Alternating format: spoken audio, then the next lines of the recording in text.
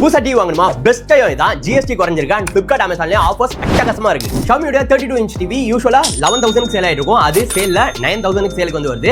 இதே மாடலோட Google TV யோட வருது 11,000 சேல் ஆகும். 43 இன்ச் மாடல்ஸ்ல Samsungோட Crystal சீரிஸ் பார்த்தோம் அப்படின்னா 28,000 சேல் ஆயிட்டு இருந்தது. சேல்ல 24,000 வந்து வருது. அண்ட் இந்தியன் பிராண்டான Lumioட Vision 7 சீரிஸோட 43 இன்ச் டிவி யூசுவலா 30,000 சேல் ஆயிட்டு இருக்குது. புதிய ஜிஎஸ்டி பேங்க் ஆஃபர் எல்லாமே சேர்த்து 20,000 ரூபாய்க்கு வருது. அண்ட் Xiaomiயோட FX சீரிஸ்ல Fire TV OS ஓட வர அந்த மாடல் 26,000 ரூபாய்க்கு சேல் ஆயிட்டு இருக்குது. 20,000 ரூபாய்க்கு வந்து வருது. இதே மாடலோட Google TV யோட இருக்குது 22,000 வருது.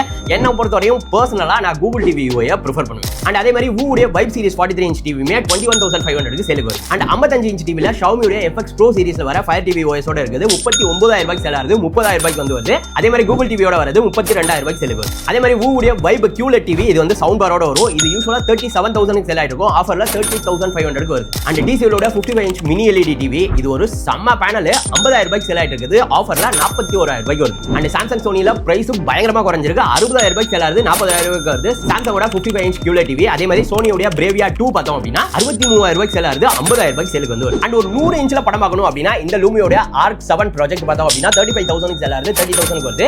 இதுலயே Arc 5 அப்படிங்கிற மாடல் 15,000 ரூபாய்க்கு சேலுக்கு வருது. Best deal. Best buy links எல்லாமே வியூ ப்ராடக்ட்ல